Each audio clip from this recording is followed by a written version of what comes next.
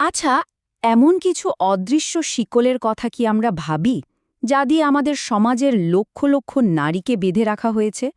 বাইরে থেকে কিন্তু এই শিকলগুলো একদমই দেখা যায় না, কিন্তু এর ভারে একজন জীবন্ত মানুষ, সে ধীরে ধীরে যেন পাথর হয়ে যায়, নিজের ভেতরেই হারিয়ে যায়।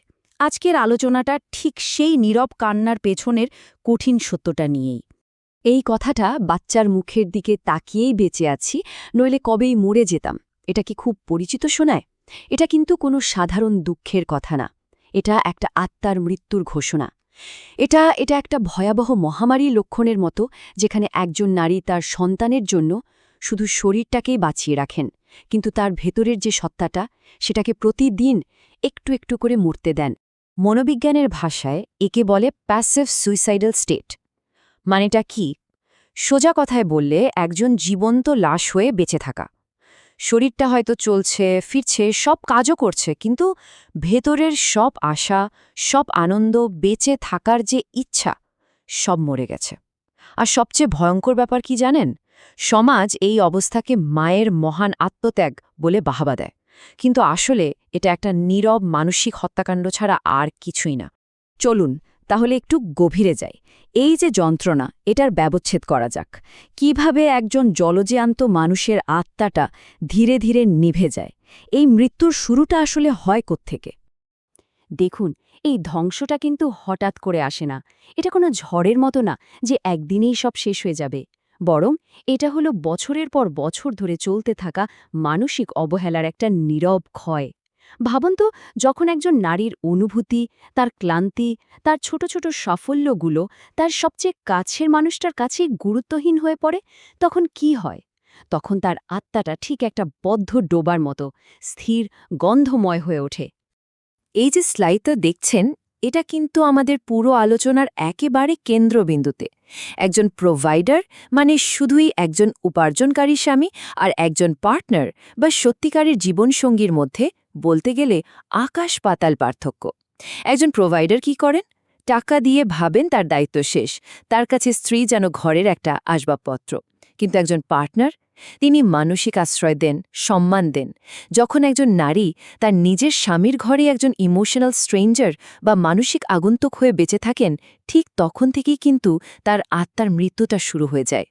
মানসিক অবহেলার পর দ্বিতীয় যে আঘাতটা আসে, সেটা হলো আত্মপরিচয়ের ওপর। একজন নারীর নিজস্ব সত্তাকে কিভাবে বলতে গেলে পরিকল্পিতভাবে মুছে ফেলা হয়, চলুন এবার সেটাই দেখি। কিভাবে হয় এটা? যখন তার নিজের স্বপ্ন, তার শখ বা তার কেরিয়ারকে অপ্রয়োজনীয় বা বেমানান বলে দাগিয়ে দেয়া হয়, তখন আসলে তার ভেতরের মানুষটাকেই তো হত্যা করা হয়, তাই না? তাকে এটা বোঝানো হয় যে তার একমাত্র পরিচয় হলো কারো স্ত্রী বা কারো মা।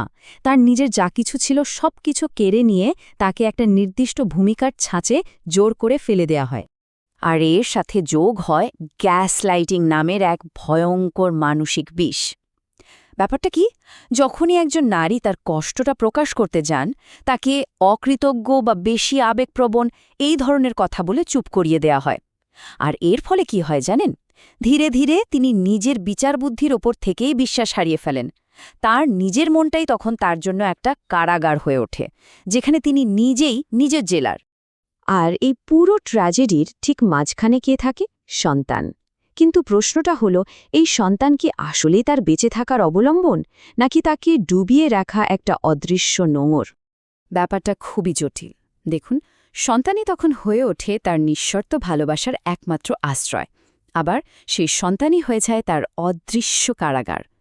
সন্তানের মুখের দিকে চেয়েই তো তিনি সব অত্যাচার সহ্য করে যান, কিন্তু এই ভালোবাসাটাই তাকে এমন এক গভীর অপরাধ বোধে ভোগায় যে তিনি এই বিষাক্ত সম্পর্ক থেকে বের হওয়ার কথা ভাবতেও পারেন না। তার মানে সন্তান এখানে মুক্তির আলো, আবার বন্ধনের শিকল, দুটোই। আর এখানেই সবচেয়ে বড় আত্মপ্রবঞ্চনাটা লুকিয়ে থাকে। নিজেকে প্রশ্নটা করে দেখা দরকার, একজন মানসিকভাবে ভেঙে পড়া মা, একজন লিভিং গোস্ট, তিনি কি তার সন্তানকে একটা সুস্থ, স্বাভাবিক শৈশব উপহার দিতে পারেন? আচ্ছা, বদ্ধ ডোবার পানি দিয়ে কি কখনো সতেজ চারাগাছ বেড়ে উঠতে পারে? পারে না। মা হয়তো ভাবছেন যে তিনি সন্তানের জন্য ত্যাগ করছেন, কিন্তু আসলে তিনি নিজের অজান্তেই নিজের মানসিক বিষটা সন্তানের মধ্যেও ছড়িয়ে দিচ্ছেন। তাহলে এই অন্ধকার থেকে বের হওয়ার পথটা কি? মজার ব্যাপার হলো এর উত্তরটা কোনো একাডেমিক ডিগ্রিতে লুকিয়ে নেই, বরং এক ধরনের দার্শনিক জাগরণের মধ্যে আছে। চলুন এবার একটু সমাধানের দিকে এগোনো যাক। সবচেয়ে অবাক করার মতো ব্যাপার কি জানেন? এই সমস্যায় যারা ভোগেন তাদের মধ্যে কিন্তু উচ্চশিক্ষিত নারীর সংখ্যাই বেশি। কারণটা খুব পরিষ্কার। একাডেমিক ডিগ্রি আমাদের একটা সার্টিফিকেট দিতে পারে, কিন্তু আত্মমর্যাদা দিতে পারে না।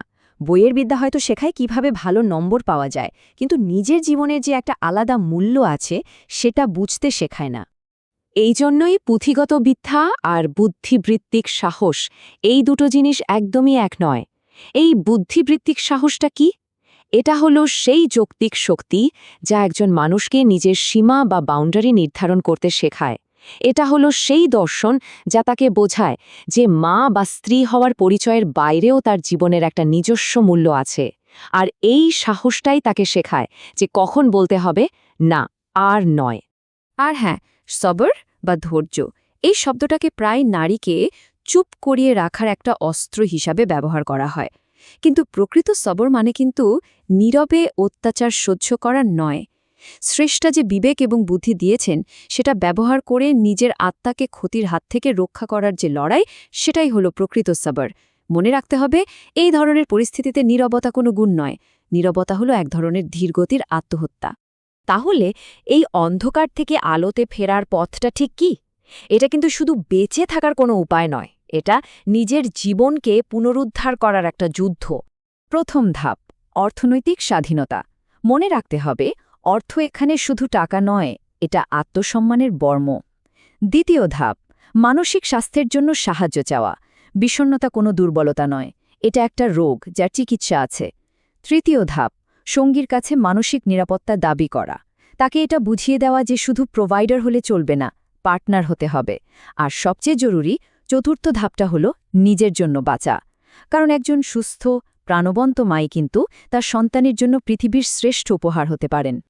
শেষ করার আগে শুধু একটা কথা মনে গেঁথে নেওয়া দরকার, একটা ভাঙা ঘরের চেয়ে একটা ভাঙা আত্মা 1000 গুণ বেশি বিপজ্জনক।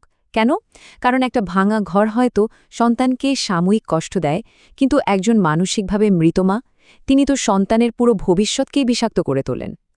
তাই সন্তানের জন্য নিজের জীবনকে বিসর্জন দেওয়ার দরকার নেই, বরং সন্তানের ভালোর জন্যই নিজের জীবনটাকে বাঁচিয়ে তোলা প্রয়োজন। সিদ্ধান্তটা নিতে হবে যে শুধু টিকে থাকা নয়, এবার বাঁচতে হবে।